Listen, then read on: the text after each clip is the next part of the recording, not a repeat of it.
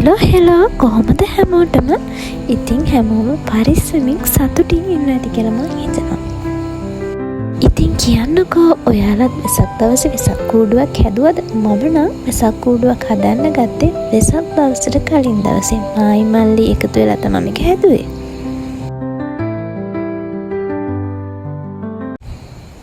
ඉතින් වෙසක් දවසේ අපි පවුලේ කට්ටියත් එක්ක එකතු වෙලා වෙසක් බලන්න කූරගල යන්න තමයි ලෑස්ති වෙන්නේ.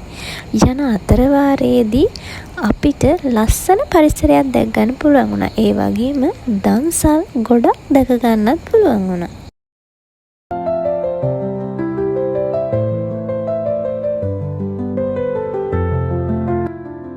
ඒ යන අතරමඟ අපි රත්නපුරේ තියෙන මහ සමන් දේවාලයටත් ගියා.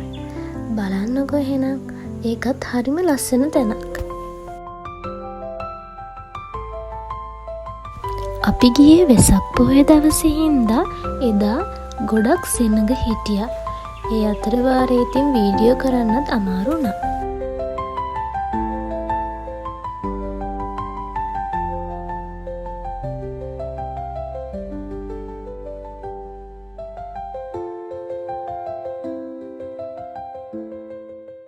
ඉන්නකෝ මම ඔයාලට යාළුවෙකුත් පෙන්නන්නම්.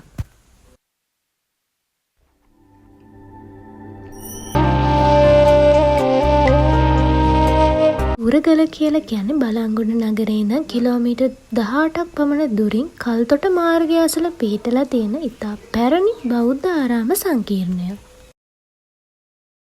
කූරගල පුදබිමට ඇතුළු වෙනකොටම අපිට දකින්න තියෙන්නේ මෙන්න මේ විශාල සිංහ ප්‍රතිමාව.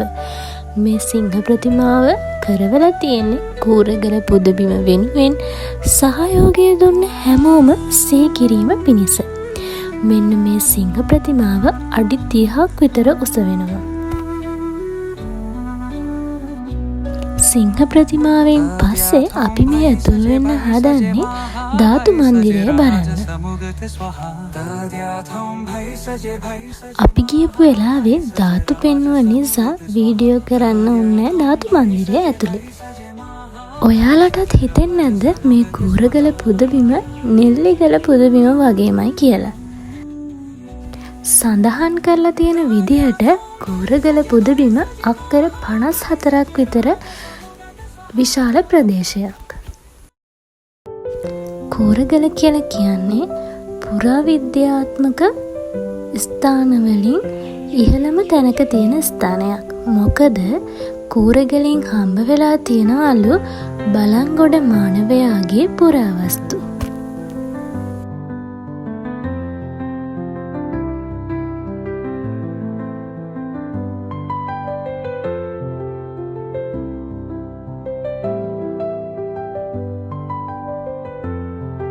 අපි දැන් මේ යන්නේ චෛත්‍ය රාජානන් වහන්සේ බලන්න.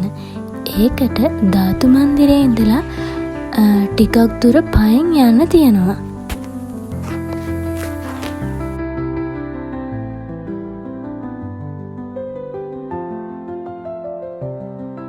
අපි හවස් වෙලා ගියපු නිසා ඒ වටපිටාව ලස්සනට බලා ගන්න අපිට පුළුවන් වුණා.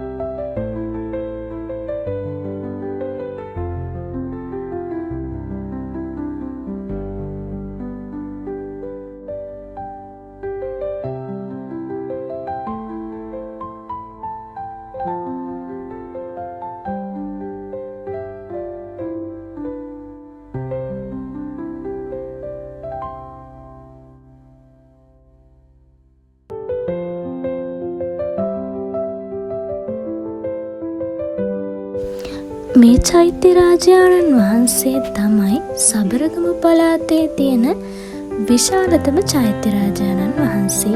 මේක අඩි 130ක් විතර උසකින් යුක්තය. ඇත්තටම බලන්නකෝ එදා දවසේ ආසෙත් තියෙන ලස්සන පුදුමාකාර ලස්සනක් තමයි තියෙන්නේ. මේ තියෙන සමන් දෙවියන්ගේ ප්‍රතිමාව ඔයාලට නෙල්ලිගලදී දැක ගන්න පුළුවන්. හැබැයි කෝරගල තියෙන සමන් දෙවියන්ගේ ප්‍රතිමාව නෙල්ලිගල ප්‍රතිමාවට වඩා විශාලත්වයෙන් වැඩි.